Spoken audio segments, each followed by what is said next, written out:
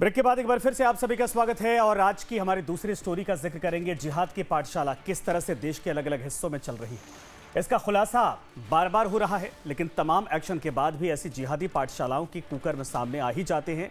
लखनऊ के केजीएमसी, जिसको केजीएमयू भी कहा जाता है, जिसमें लव जिहाद के धंधे का खुलासा हुआ है।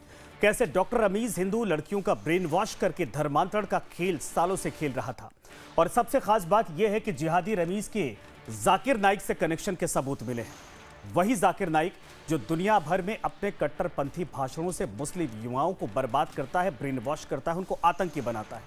यहां तक कि डॉक्टर रमीज का छांगुर गिरोह के साथ भी संपर्क होने के सबूत मिले हैं। लेकिन एक पीड़ित महिला डॉक्टर ने जिहादी रमीज की पोल खोल दी और फिर लव जिहाद के डॉक्टर मॉड्यूल का पर्दाफाश होता चला गया। लखनऊ के किंग जॉर्ज मेडिकल यूनिवर्सिटी यानी कि केजीएमयू में यौन शोषण, ब्लैकमेल और जबरन धर्मांतरण के आरोपी डॉक्टर रमीजुद्दीन नाइक उर्फ रमीज मलिक के मामले में नया खुलासा हुआ है। जांच में आरोपी के इलेक्ट्रॉनिक गैजेट से फरार इस्लामिक प्रचारक डॉक्टर जाकिर नाइक की प्रतिबंधित संस्था इस्लामिक रिसर्च फाउंडेशन से सीधे तार जुड़े होने के सबूत मिले हैं। वहीं महिला डॉक्टर के साथ यौन शोषण, ब्लैकमेल और शादी का झांसा देकर उत्पीड़न, पूर्व में पहली पत्नी का धर्मांतरण करवाने में दोषी पाया है। और डॉक्टर रमीज मलिक कट्टरपंथी विचारधारा को बढ़ावा देने और युवाओं को धर्मांतरण के लिए प्रेरित करने वाले जाकिर नाइक से प्रभावित था, जो विदेश में छिपा बैठा है। इस खुलासे के बाद खुफिया एजेंसियां अलर्ट मोड पर हैं और मामले की गहन जांच तेज कर दी गई है। वहीं केजीएमयू प्रबंधन ने भी सख्त कदम उठाए। सुनिए। और इन्होंने इसमें स्ट्रिक्ट डिसिप्लिनरी एक्शन रिकमेंड करा है बेस्ड ऑन कि according to the Vishakha committee act ये गिल्टी पाए गए हैं, ये दोषित पाए गए हैं। तो जब इनको दोषित पाया गया है तो इनको केजीएमयू में ये लोग जो हमारे पास नीट के थ्रू एमडी स्टूडेंट्स आते हैं। वहीं विशाखा कमेटी की रिपोर्ट पर महिला आयोग की उपाध्यक्ष अपर्णा यादव ने सवाल उठाया है। केजीएमयू में शुक्रवार को हाई वोल्टेज ड्रामा देखने को मिला। डॉक्टर पर लव जिहाद के आरोप के बाद महिला आयोग उपाध्यक्ष अपर्णा यादव दल बल के साथ केजीएमयू पहुंच गईं। अपर्णा यादव ने उनके साथ बड़ी संख्या में हिंदू संगठन के लोग भी मौजूद थे और आरोप है कि हिंदू संगठन के लोगों ने वीसी ऑफिस के बाहर नारेबाजी की, प्रदर्शन और तोड़फोड़ की। वीसी पर लापरवाही के आरोप भी लगाए। मैं इस केस के बारे में आपको एज आयोग, एज प्रशासनिक उससे कि रमीज ने 2 लाख रुपए अपने घर से भागने से पहले लिए थे, ये जांच की रिपोर्ट है।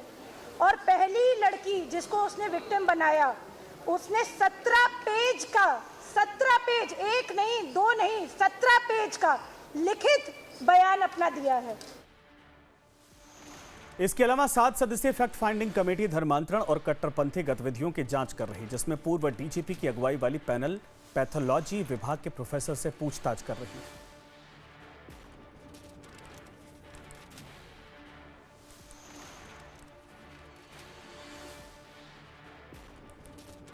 केजीएमयू में लव जिहाद और धर्मांतरण मामले की लगातार जांच जारी है और इसको लेकर राज्य सरकार के निर्देश के बाद गठित एक उच्च स्तरीय समिति के चेयरमैन डॉक्टर के सिंह जी है।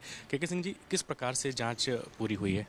देखिए, यहाँ 2 जांचें चल रही थी, एक विशाखा कमेटी की और एक वाइस चांसलर के निर्देश पे 7 लोगों की फैक्ट फाइंडिंग कमेटी बनाई गई थी, ये देखने के लिए कि ये एक आइसोलेटेड घटना है धर्म परिवर्तन की या इस टाइप की घटना की, यौन शोषण की, या कोई इसमें और भी लोग इन्वॉल्व हैं। तो जहाँ तक है डॉक्टर रमीज को आज दोषी पा लिया गया और उनके खिलाफ मैक्सिमम जो पनिशमेंट हो सकता है एडमिनिस्ट्रेटिव साइड से, उनकी एडमिशन को निरस्त करने की सिफारिश करने का निर्णय वाइस चांसलर ने कर लिया है। तो धर्म परिवर्तन के खेल के पीछे बड़े नेटवर्क के सबूत मिले हैं। जब से दिल्ली लाल किला धमाका हुआ तभी से हर तरह के जिहादियों पर नजर रखी जा रही है। डॉक्टर रमीज भी इसी तर्ज पर काम कर रहा था, जो अमूमन धर्म परिवर्तन से पहले ब्रेन वॉश किया करता था, जैसे हिंदू लड़कियों पर प्रभाव डालना, खुद को अविवाहित बताना, प्यार का नाटक करना, शादी का झांसा देना, शारीरिक संबंध बनाना, इस्लाम धर्म के लिए ब्रेन वॉश करना और धर्म परिवर्तन के बाद टॉर्चर करना। लेकिन डॉक्टर रमीज के खेल का पूरा खुलासा हो चुका है और अब वो गिरफ्तार भी हो चुका है। पूछताछ के बाद और भी खुलासे होने की उम्मीद है। अभियुक्त रमीजुद्दीन, जो कि न्यूरिया जनपद पीलीभीत का रहने वाला था, वो फरार चल रहा था। उस पर 50,000 रुपये का इनाम घोषित था।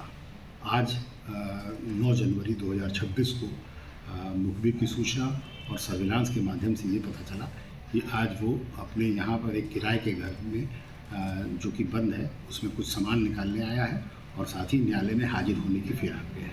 इस सूचना पर डीसीपी पश्चिम की सर्विलांस टीम और इंस्पेक्टर चौक की टीम ने उसको गिरफ्तार किया और उसको न्यायिक परीक्षा में भेज दिया।